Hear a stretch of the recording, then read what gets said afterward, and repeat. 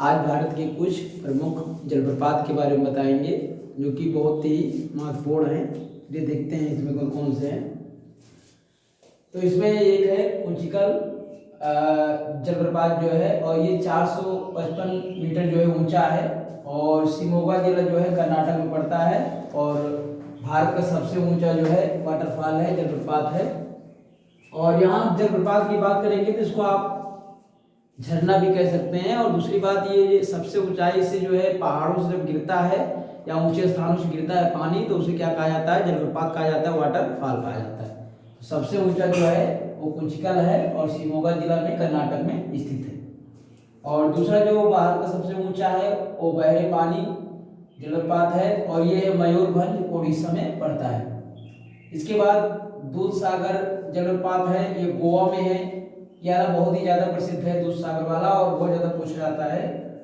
और इसके बाद ये जोग जलप्रपात है, ये है शिमोगा जिला कर्नाटक और शरावती नदी पर है। यह क्वेश्चन कई बार पूछा गया है, किस नदी पर है? ये शरावती नदी पर है। तो जोग वाटरफॉल जो है शरावती नदी पर स्थित है।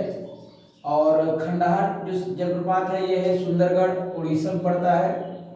और पुणे जलप्रपात जो है ये महाराष्ट्र में पड़ता है। और दुधमा जो जलप्रपात पड़ता है ये उड़ीसा में। और वसुधारा जलप्रपात जो पड़ता है उत्तराखंड में। और शिव समुद्रम जो पड़ता है कर्नाटक में, भी कई बार पूछा गया है क्वेश्चन।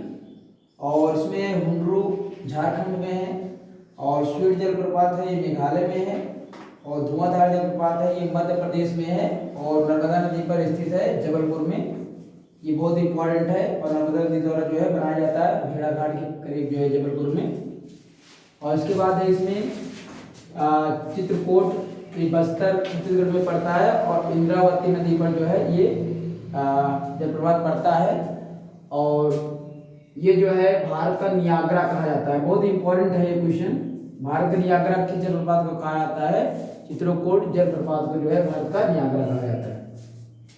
टाइगर जो फॉल्स है जलप्रपात है, ये उत्तराखंड में है, और भारत का सबसे ऊंचा है और सीधा है। अगर पूछेगा सबसे ऊंचा तो कुंचिकल है, लेकिन अगर पूछेगा सबसे ऊंचा और सीधा भी है और ऊंचा भी है, तो ये हो जाएगा टाइगर फॉल्स जो उत्तराखंड में है। तो ये वाटरफॉल जो थे उसके लिए जो है इसमें इंपॉर्टेंट क्वेश्चन थे, और आप एक बार फिर देख लीजिए।